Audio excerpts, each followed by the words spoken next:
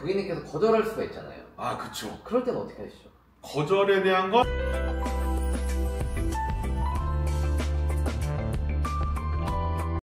안녕하세요. 현명한 보험의 최은규 팀장입니다. 네, 배진우 팀장입니다. 자, 저번 시간에 저희가 보장 분석에 대해서 알아봤잖아요. 그렇죠. 네, 보장 분석을 하게 되면 이제 다음에 고객님들한테 상품을 제안할 텐데, 그쵸. 요거는 어떤 식으로 진행을 해야 될까요? 그리고 이제 제가 이거는 이제 저번 주에 두 분도 아시는 내용입니다. 설계사 말만 믿고 다 있다고 이제 생각을 하고 계셨던 분들이 있었어요. 우리가 이제 생각을 해보면 아까 제가 처음에 이제 좀 가볍게 던지는 게 운전자 보험이라고 말씀드렸던 것처럼 실제로 이제 운전자 보험은 법이 바뀌면 그 바뀌는 법에 적용을 해서 그때그때마다 변경을 해줘야 되거든요. 변경하는 타이밍을 놓쳤거나 고객한테 정보 제공을 안 했다고 하면 이건 직무유기거든요. 그렇죠. 근데 실제로 고객분이 어땠냐면 벌금을 가입을 하고는 있는데 2천만 원에 1,000만 원이 추가로 스쿨존이 들어가야 되는데 스쿨존만 1,000만 원을 가입을 하고 있었고 기본 벌금 2천만 원은 가입이 안 돼 있으셨던 거죠.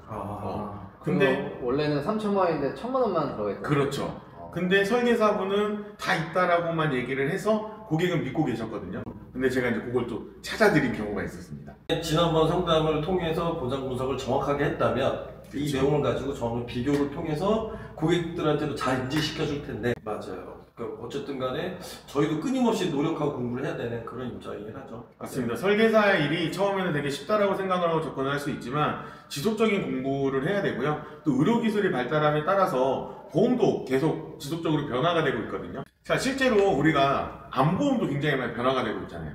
그렇죠. 근데 예전에는 우리가 이제 암에 걸리면 무조건 죽는 거였는데 그렇죠. 지금은 또 어떻게든 살려놓잖아요. 맞아요. 그렇다 그러면 살아도 사는 게 아닌 삶이 되는 건 결국에 뭐죠?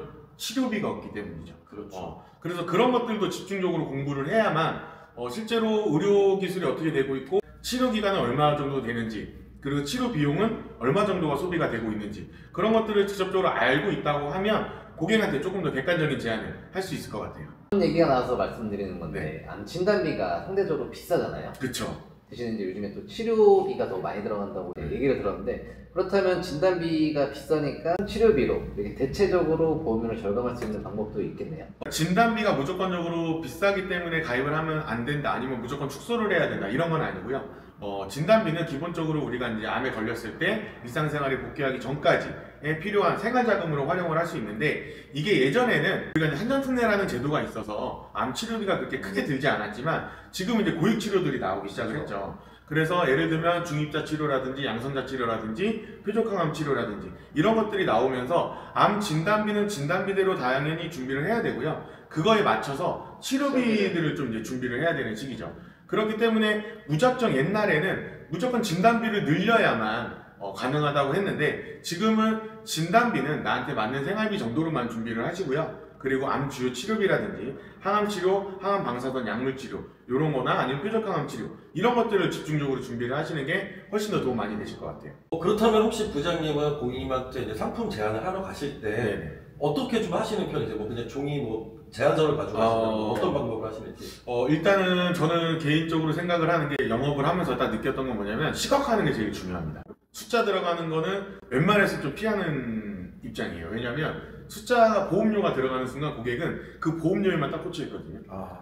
그렇기 때문에 대신에 내가 어떤 부분 때문에 왜 이렇게 설계를 했는지 그리고 만약에 예를 들어서 암 치료비 때문에 이 담보를 넣었다 그러면 그 담보가 왜 필요한지에 대한 자료들을 좀 준비를 해서 마련을 하는 게 좋을 것 같고요. 또 뇌나 심장 같은 경우도 아마 분명히 초회 면담 때 내용은 설명을 하셨겠지만 그리고 자료도 보여드렸겠지만 내가 설계한 부분에 대한 명확한 설명을 해준다고 하면 따로 자료를 준비를 하시는 게 좋고요. 저 같은 경우는 이 보장 분석을 왜 했는지 했을 때 훨씬 더 유리한 점은 어떤 건지를 한 권의 책을 만들어서 이렇게 드리거든요. 그래서 갖고 계시면서 고객님께서 내가 이런 것들을 갖고 있구나, 내가 왜 이것 때문에 보장 점검을 받았는지, 내가 이 보험을 왜 가입을 했는지 명확하게 파악을 할 수 있을 것 같고요. 그리고 추후에라도 한번 확인해 보시면서 보험 내용이라든지 충분히 파악할 수 있는 맞춤 보고서를 드리고 있습니다. 근데 저도 이 방법을 써봤는데 고객님들이 도움이 굉장히 많이 된다고 하고 있고 어쨌든 간에 부장님 말씀 같은 경우는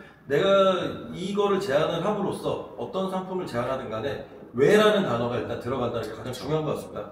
왜 이걸 했고 그래서 이걸 때문에 이걸 통해서 내가 나중에 보장을 얼만큼 어떻게 받을 수 있는지. 맞아요. 그래서 그 한 권의 책으로 정리를 해놓으면, 왜냐면 저희도 어떻게 될지 모르잖아요. 맞습니다. 저도 한순간에 뭐 사고가 날 수도 있는 거고, 제가 없어져도 고객은 이 한 권의 책만 보고서도 알아서 청구하시고 끝까지 유지하실 수 있게. 맞습니다. 맞습니다. 그리고 여담이지만 어쨌든 저희가 고객님한테 증권도 드리고 상품 설명서도 드리고 가입 전도 드리지만 그렇죠. 솔직히 안 보시잖아요. 근데 이렇게 정리해서 드리면은 또 잘 보시더라고요. 그렇죠. 그런 경우가 있어요. 왜냐면 좀 네. 확실하게 뭔가 이게 딱 갖춰져 있으면은 한 번 더 보게 되잖아요. 부장님께서 이렇게 상품 제안을 적극적으로 하셨는데 그래도 고객님께서 거절할 수가 있잖아요. 아, 그쵸. 그럴 때는 어떻게 하시죠? 거절에 대한 건 다음 시간에 말씀드리겠습니다. 다음 시간에. 네, 다음에도 더 좋은 영상으로 다시 찾아뵙도록 하겠습니다. 오늘 영상이 좋으셨다면 구독, 좋아요. 알림 설정! 띠링!